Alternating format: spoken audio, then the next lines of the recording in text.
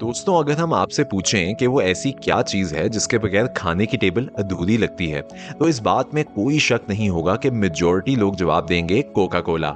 ये एक ऐसा ड्रिंक है जो बच्चे, नौजवान, बूढ़े, हर कोई किसी भी वक्त एंजॉय करने को तैयार होते हैं। ये ब्रांड अपनी एडवर्टाइजमेंट पर हर साल करोड़ों रुपए खर्च करता है, मगर हम जरा सोचें तो इनके एड्स में जो चीज प्रमोट की जा रही होती है वो है खुशी और celebrations. Coca Cola company consumers को अपने ब्रांड का कॉन्सेप्ट तो जरूर प्रमोट करते हुए दिखाई देती है, मगर क्या आपने कभी इनको अपना खुद का प्रोडक्ट भी प्रमोट करते हुए देखा है? आइए जानते हैं कोका कोला के बारे में कुछ ऐसी बातें जो आज से पहले ना आपने कभी सुनी होंगी और ना ही सोची होंगी। Welcome back to Logic Feed, your daily source of entertainment. आज से कई बरस पहले 1880s में डॉक्टर्स को एक्सट्रीम बैकलैश का सामना करना पड़ा था, जिसकी वजह से लोगों ने ये फैसला किया कि होम मेड रेमेडीज का इस्तेमाल किया जाए। इस मौके का फायदा उठाते हुए कई बिजनेसमैन ने यह फैसला किया कि वो भी इस कारोबार में शामिल हों और लोगों तक खालिस दवाइयां पहुंचाएं। मगर सच तो ये था कि जो मेडिसिन और उनके फायदे क्लेम किए जा रहे थे वो सब सिर्फ एडवर्टाइजमेंट पर्पस के लिए ही था। ये दवाइयां कई केमिकल्स का मिक्सचर होती थीं जो कि ना सिर्फ इनफेक्टिव थीं बल्कि इंसानी सेहत के लिए बहुत खतरनाक भी थीं। बहरहाल, दवाइयां बनाने वाले ये बिजनेस अपने अरूज पे थे। इसी वक्त में एक पोशन इंट्रोड्यूस किया गया वाइन मेरियानी के नाम से।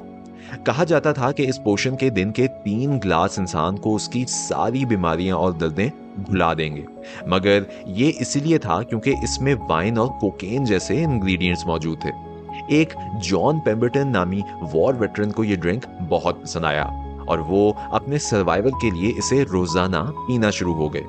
जॉन सिर्फ एक वॉर वेटरन नहीं थे बल्कि एक केमिस्ट भी थे, तो उन्होंने इस ड्रिंक का एक डुप्लीकेट ड्रिंक खुद दरियाफ्त किया जो कि फ्रेंच वाइन कोका कहलाता था। 1886 में अल्कोहल बेस्ड ड्रिंक्स पे जब बैन लग गया, उनको अपने इस ड्रिंक में मौजूद अल्कोहल को कार्बोनेटेड वाटर से रिप्लेस करना पड़ा।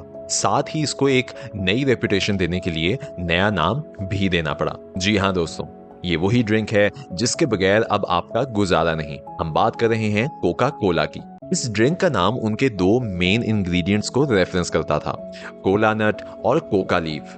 कोला नट में कैफीन मौजूद थी और कोका लीफ में कोकेन, मगर कोका कोला इस बात को डिनाई करता है कि उनके फॉर्मूला में कभी कोकेन मौजूद भी थी। दोस्तों, उस दौर में कोका कोला इतनी मशहूर ड्रिंक नहीं थी।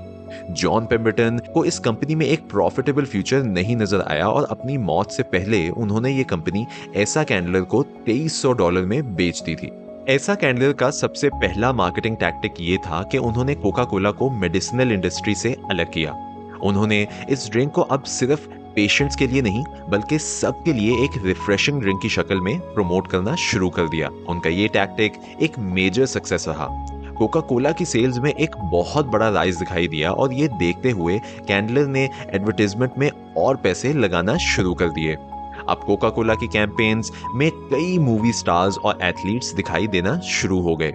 जैसे जैसे टेक्नोलॉजी में एडवांसमेंट्स आती रहीं, कोक भी नई नई मीडियम्स के जरिए अपने प्रोडक्ट को प्रमोट करता रहा ताकि दुनिया का हर एक कोना उनके ड्रिंक से वाकिफ हो सके। कोका कोला की बढ़ती हुई सेल्स में मार्केटिंग का तो एक बहुत बड़ा हाथ था ही, मगर इसके अलावा भी एक बहुत बड़ा सरप्राइजिंग फैक्टर था जो शायद आपने कभी सोचा भी ना हो। 1940s में जब दुनिया भर में वॉर डिक्लेयर कर दी गई थी, तब अमेरिका में चीनी की कंजम्पशन पे एक लिमिट लगा दी गई। अब ये कोका कोला के लिए बहुत बड़ा डिसएडवांटेज था, मगर उन्होंने इस चीज को बहुत ही होशियारी से टैकल किया। कहा गया कि कोक फौजियों के लिए एक वाइटल ड्रिंक है क्योंकि ये उन्हें एनर्जी फराहम करती है। जल्द कोक की एड्स में यूनिफॉर्म्स में मौजूद आदमी नजर आने लगे और कोक को इस चीनी के लॉ से एग्जेम्पशन मिल गई। अब देखा जाए तो वो इस बात को प्रमोट कर रहे थे कि कोक अमेरिकन फौजियों के लिए एक जरूरत है, मगर दूसरी तरफ वो जर्मनी में भी अपनी सेल्स बढ़ाने के खूब आइडियाज अपना रहे थे।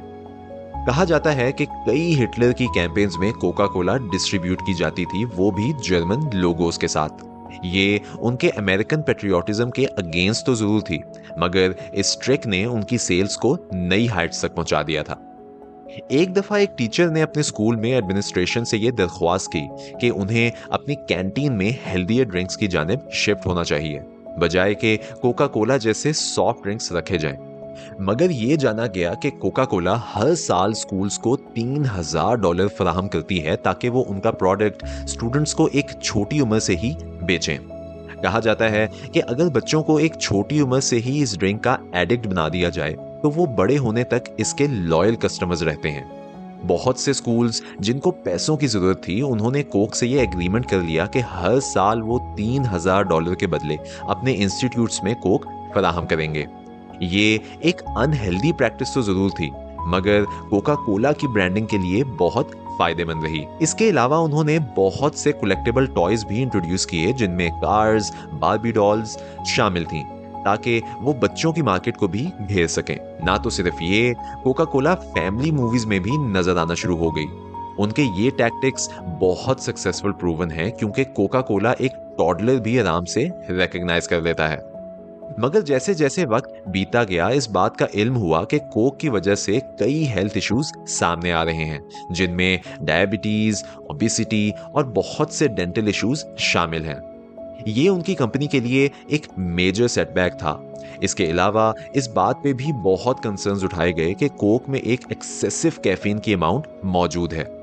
उनका कहना तो ये था कि ये उसके टेस्ट पर्पसेस के लिए है, मगर टेस्टिंग के थ्रू ये जाना गया था कि कैफीन के बगैर भी उसके टेस्ट में कोई फर्क ना था। तो भला क्यों कोक एक हाई कैफीन ड्रिंक बच्चों को फराहम करती है? जी, आपने बिल्कुल सही सोचा। ये सिर्फ उनको एडिक्ट बनाने के लिए था। कोक इस सब से बचने के लिए कई रिसर्चेस के लिए भी पैसे देता रहा, जो कि ये बात प्रूव करती रही कि इस ड्रिंक से कोई मेजर हेल्थ इश्यूज नहीं होते।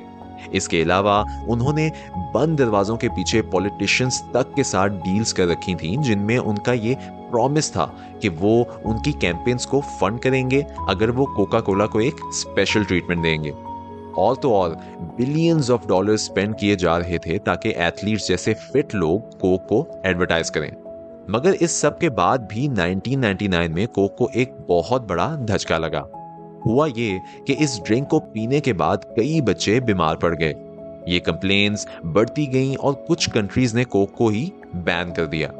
इंडिया ने भी ये क्लेम किया कि कोक ग्राउंड वाटर को टॉक्सिक वेस्ट से कंटेमिनेट कर रही है। दिल्ली के साइंस सेंटर ने इस ड्रिंक में पेस्टिसाइड्स भी ढूंढे, जिनकी वजह से कैंसर जैसी बीमारियां आहिस्ता आहिस्ता फैल रही थीं। अब इस सब के बाद आपको तो यही लगा होगा कि कोक की सेल्स में एक डाउनफॉल आया होगा, मगर सन 2000 से 2006 के दरमियान ये सेल्स 50% से इंक्रीज कर गईं। ये इसीलिए था क्योंकि मेक्सिको के इलेक्टेड प्रेसिडेंट कोका कोला के फॉर्मर हेड थे। उन्होंने अपने इस ब्रांड को बहुत सी फेवर दी, जिसके जरिए इसकी सेल्स में इंक्रीज आया। ये बात कंफर्म करती है कि कोका कोला पॉलिटिशियंस के साथ कई डील्स करती रहती है। कोका कोला के अगेंस्ट एक और क्रिटिक 2003 में हुआ, जब यूनियनाइज्ड वर्कर्स ने इनके खिलाफ कई स्ट्राइक्स की। कहा जाता है कि कोक लेबर को इंतहाई एक्सप्लॉइट करता था और उसके बाद भी सिर्फ $15 पर आवर की वेज देता था। आहिस्ता आहिस्ता कई रिपोर्ट सामने आई कि यूनियन लीडर्स को इस सब की वजह से टॉर्चर, पनिश और मर्डर तक कर दिया गया था। इस बात का कोई सबूत तो आज तक सामने नहीं आया कि इन टॉर्चर्स और मर्डर्स का कोका कोला की कंपनी से कोई डायरेक्ट लिंक था, मगर बहुत से यूनियनाइज्ड वर्कर्स ने इनके अगेंस्ट आवाज उठाई। मगर दोस्तों, यहाँ पर आपको एक इंटरेस्टिंग फैक्ट बताते चलें कि कोक के अगेंस्ट सबसे बड़ा इशू इन मॉरल और एथिकल इश्यूज की वजह से नहीं हुआ, बल्कि उनके चेंज ऑफ टेस्ट की वजह से हुआ। कोका कोला का हमेशा से सबसे बड़ा कंपेटिटर पेप्सी माना जाता है। जब कोक को अंदाजा हुआ कि उनकी सेल्स पेप्सी से कम हो रही हैं और उनकी मार्केटिंग भी इसे फिक्स नहीं कर पा रही, तो उन्होंने एक अनोखा आइडिया सोचा, क्यों ना इसका टेस्ट बदल दिया जाए। जब कस्टमर्स तक ये बात पहुंची तो उनमें एक हलचल मच गई। लोगों को इस बात पे यकीन ही नहीं आ रहा था कि कोक, जो कि हमेशा से अपने आइकॉनिक टेस्ट और ब्रांडिंग की वजह से मशहूर है, वो कैसे इसे बदल सकता है। लोगों ने ये नया टेस्ट ट्राई तक नहीं किया और वो फिर से इसके अगेंस्ट प्रोटेस्ट करने लग गए। यहां तक कि जब इसका पहला कमर्शियल एक फुटबॉल स्टेडियम में चलाया गया तो मैस ऑडियंस ने इसे बू किया। लोगों का कहना था कि इसका टेस्ट बदलना उनसे उनकी बचपन की यादें छीनने के मुकाबिल था। कोका कोला का ऑफिस जो कंप्लेंट कॉल्स और लेटर्स से भर गया था, इतने बैकलैश के बाद कोक ने फैसला किया कि वो अपना ओरिजिनल टेस्ट वापस क्लासिक कोक के नाम से मार्केट में लाएंगे। जब कस्टमर्स को इस बात का पता चला तो उनका सारा गुस्सा एक खुशी और सेलिब्रेशन की फीलिंग से तब्दील हो गया, और इसी की वजह से कोक की सेल्स में एक एस्टोनिश अमाउंट में इंक्रीज आया। मगर कुछ मार्केट एनालिसिस्ट ये भी क्लेम करते हैं कि ये सिर्फ एक पब्लिसिटी स्टंट था। इस सब के बाद कोक का ये मानना था कि उनको बिलियंस ऑफ डॉलर्स अपनी मार्केटिंग पे लगाने चाहिए, क्योंकि कस्टमर्स इस बात से काफी अटैच्ड हैं कि कोक क्या आइडिया रिप्रेजेंट करती है।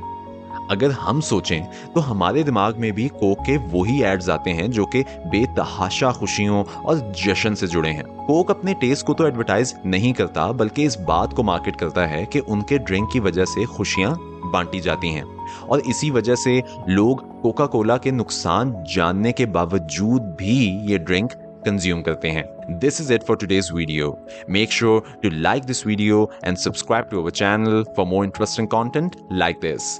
Thank you.